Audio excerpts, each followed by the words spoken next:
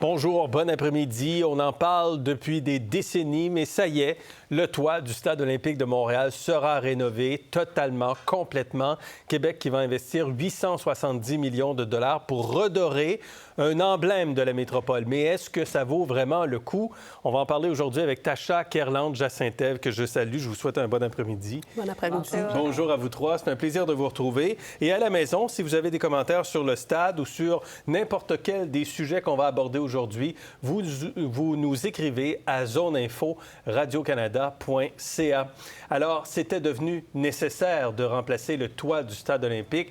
Le nombre de déchirures détectées dans la toile augmentait chaque année.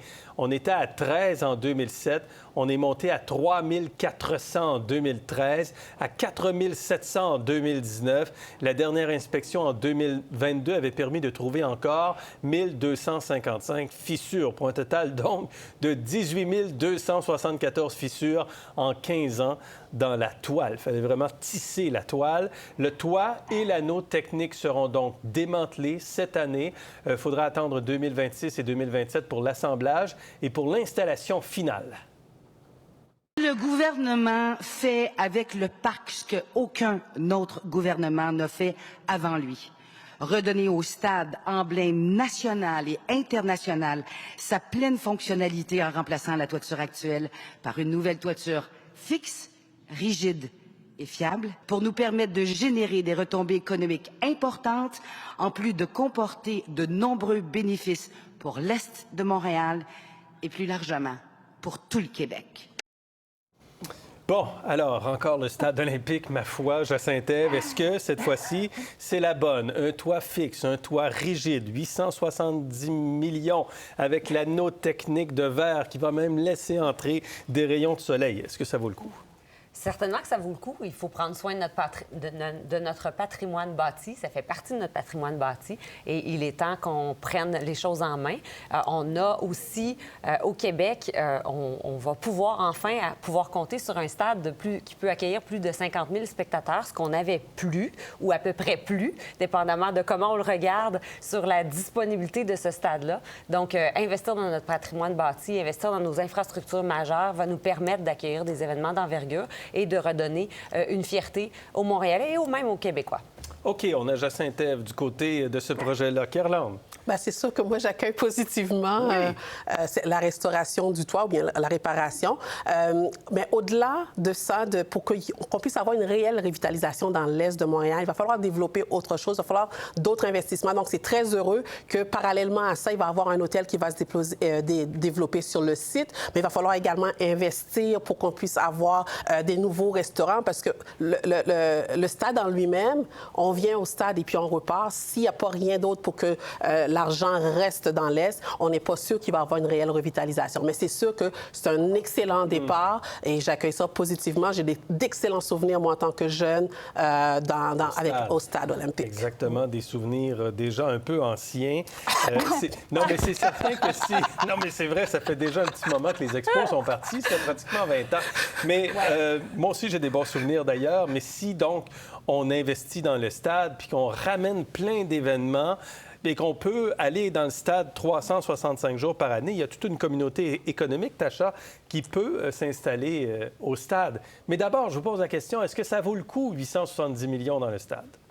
Seulement si c'est la dernière fois qu'on a à refaire ce toit, honnêtement. Là, moi, je me rappelle, je suis assez vieille pour dire, j'ai été au stade dans les années 80. Je me rappelle tout le drame de Roger Taillibert, qui était l'architecte français qui n'aurait jamais dû confecter le stade de la façon qu'il était. C'était pas un stade conçu pour un climat comme celui de l'Amérique du Nord, comme le Québec. Surtout le toit, en fait. C'est la question du toit rétractable. C'était super joli, ce toit rétractable. Je me rappelle le modèle qui était là, M. Drapeau. Tout le monde était content avec ce stade avec le toit rétractable, mais ça ne marchait jamais. Ça s'est déchiré et maintenant, c'est quasiment une ficelle. C'est même pas un toit. Alors, ce toit qui est dit permanent, la seule chose que je crains, ce n'est pas permanent, qu'il y a des problèmes avec ça. Alors qu'il s'assure que c'est la dernière fois. Et là, oui, écoutez, on peut pas... le stade est là, ils vont pas démolir le stade. C'est du patrimoine, oui, mais que ce soit la dernière fois qu'on refait ce toit. OK, on oublie l'idée de détruire le stade, là? Oui. On oublie ça, là. Oui, on garde le stade, Oui. puis on n'évoque pas la possibilité de le détruire. On en prend soin. Non. Ouais. Contrairement, par exemple, c'est sûr on parle de 870 millions. On sait qu'il va y avoir des dépassements de coûts. Donc, il va y avoir des retards. Ça, c'est normal dans une grande construction comme ça. Par contre, il faut également s'inscrire dans une logique de prévention. Il va falloir continuer à investir dans le stade pour que, justement, on n'ait pas plus de 20 000 fissures ou autres déboires là, avec le stade. Donc, il va falloir continuer à investir. Mais je reviens, oui, pour le 870 millions, mais également, justement, cette communauté d'affaires de restaurants. Il faut que les gens, il faut qu'il y ait un parcours récréo-touristique dans l'Est, ce qui n'est pas encore le cas actuellement. Est-ce que c'est courageux, Jacinthe-Ève, de la part du gouvernement du Québec, d'enfin dire, parce qu'on tergiverse sans cesse sur le stade olympique, est-ce que c'est courageux du gouvernement de dire, on va de l'avant, on sait que c'est cher, mais il faut le faire? Oui, c'est courageux parce que il y aura des gens qui vont s'opposer à ça. Il y aura des gens pour critiquer, pour dire que les priorités sont pas là. Alors, c'est courageux, mais c'est ce qu'on s'attend aussi d'un gouvernement qui prenne action et qui livre.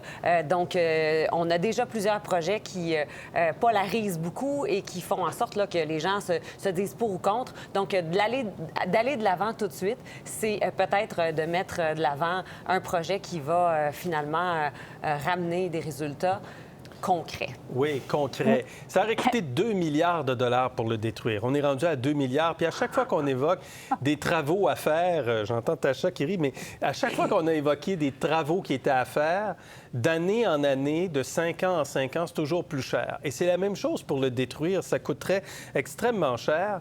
Et Tacha, vous avez parlé du toit rétractable. Il n'était pas possible, nous dit-on, d'avoir un toit rétractable comme M. Taillibert voulait, pour 3 raisons. Mais en fait, pour une raison essentiellement, la rétractabilité verticale n'existe pas. Parce que c'est pas un toit qu'on tasse comme le Sky Dome, par exemple, à Toronto. C'est vraiment d'amener le tissu vers en haut, à la verticale. Ouais. Il n'y a pas ça dans le monde présentement. Le toit fixe répond à 99 des besoins et ça se fait à meilleur coût et de façon avec des risques minimes également, Tacha. Oui, bien, c'est pour cette raison-là que je dis que c'est le meilleur des pires scénarios. Je pense pas que c'est courageux que le gouvernement dépense là-dessus. C'est une admission d'échec sur multiples gouvernements, multiples tentatives de couvrir ce stade d'une façon convenable. On sait qu'on a perdu, par exemple, le concert de Taylor Swift. Apparemment, on n'est pas venu à Montréal parce que c'était impossible d'avoir assez de monde parce que le stade, essentiellement, ne répond pas aux besoins. C'est la seule place où on aurait pu avoir autant de monde pour écouter son concert. Alors, espérons qu'avec un toit comme il le faut, que oui, les gros spectacles, les gros événements vont venir. Mais je suis pas d'accord que le gouvernement devrait verser encore plus d'argent dans la communauté autour du stade. La raison que peut-être il n'y a pas autant de restaurants, c'est parce que il n'y a pas autant de choses qui peuvent se faire au stade. Quand le stade est réparé, là, c'est le secteur privé qui va venir et dire, OK, il y a l'opportunité, puis on va ouvrir les commerces, les restaurants et les choses qui sont là pour desservir le public qui va aller au stade. Est-ce que Taylor Swift va venir? Est-ce que Beyoncé va venir? Parce qu'on ne touche pas aux banquettes. On ne revoit pas les loges non plus. L'intérieur du stade va rester à peu près intact.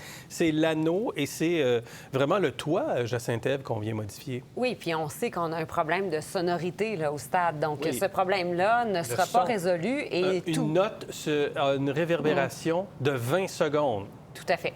On l'entend longtemps, la note, là. N'importe quel musicien respectable n'ira pas effectuer un concert dans ces conditions acoustiques. Donc, il faudra se pencher aussi sur cette question. Mais là, on a un enjeu de sécurité, on a un enjeu de protection de la structure existante. Allons-y avec le toit. Et après ça, bien sûr, il faudra adresser les questions de sonorité, d'acoustique et même de confort des sièges, de désuétude des estrades.